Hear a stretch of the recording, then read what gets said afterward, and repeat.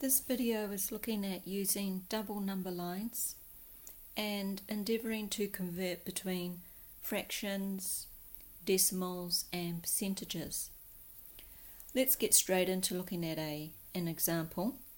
So Tony got 18 out of his 24 shots. So he's playing basketball here. 18 out of 24, what percentage did he shoot? So in our first number line, this refers to the number of shots.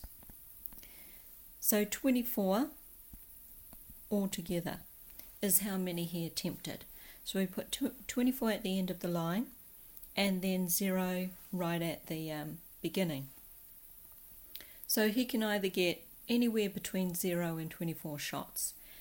And I've divided this line up, and we could put in a few numbers here. So I know that halfway is 12 out of 24.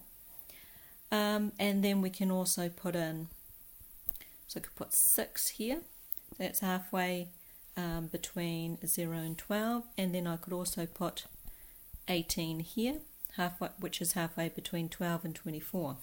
So I am looking at 18 out of 24 shots. So that is that spot there.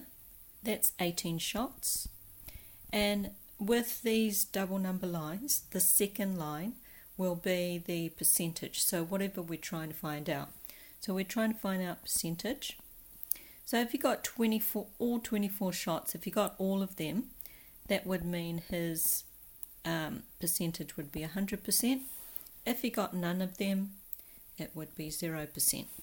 So between 0 and 100%, we can fill in a few of the other percentages. So halfway is going to be 50%. Halfway between 0 and 50 will be 25%. And then halfway between 50 and 100 will be 75%.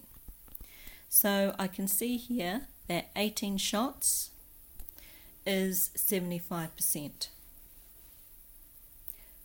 Okay, let's have a look at another example. Here we have two people, Jack and Jill. They compete in an archery competition. Jack has 39 successful shots out of 60, whilst Jill gained 36 out of 50 of her shots as being equally successful. Who was more successful in the competition? Let's put on the first number line Jack's shots, and he had a go at 60 in total. So 60 is going to go right at the end here, and of course 0 here. And if we just fill in a few other easier numbers, so halfway between will be 30. And then we could split that up. So halfway would be 15. We could add a few other numbers in, but what we really want to add onto this number line is 39. So 30 to 60, I've divided that up into 5. So between 30 and 60, I want to go up in 5s. So 30 divided by 5 is 6. So I'm going to have 36 here, then add another 6 on. That will give me 42, and then 48, 54 here, and then 60. 39 is going to be exactly halfway between 36 and 42. So that's 39 shots there, and I need to work out what percentage that is. So the next number line will be Jack's percentage. This will be 100% right at the top. If he got 60 out of 60 shots, then that would have been 100%. 0% here. Then I could fill in a couple more percentages, 50. And then I could divide up between 50 and 100%. So I'm actually going up in 10%.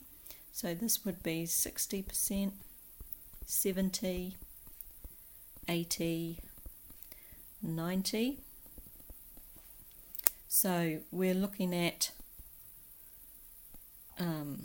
relating each of these shots with the percentage directly underneath.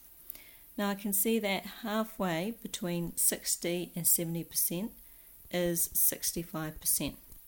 So 39 shots, so 39 out of 60 is equal to 65%. I'm going to compare this now with Jill.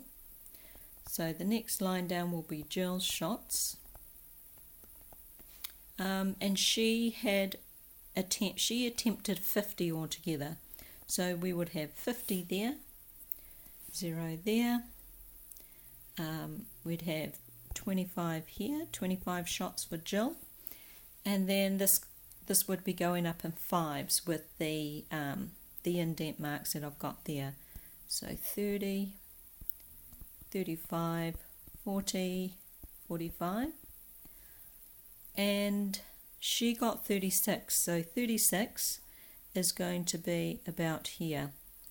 So just over 35, so 36, 37, 38, 39, 40. So this would be 36 shots there. Now if I put in her percentages, 50 there, 0% here. Again going up in tens. So if I go to 70%, directly after that I want to split up between 70 and 80% as such. So I'm going up in 2% intervals. So 70, then 72, 74, 76, 78. So I can see that 36 shots is the same as 72%. So 36 out of 50 is equal to 72%. So it looks like Jill was more successful.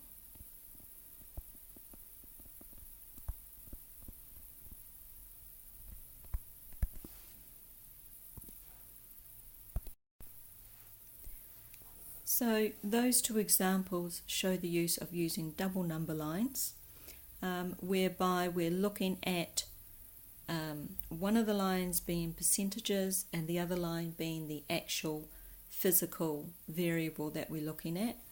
And then it's just a matter of lining up the percentage with the number of shots that we're interested in.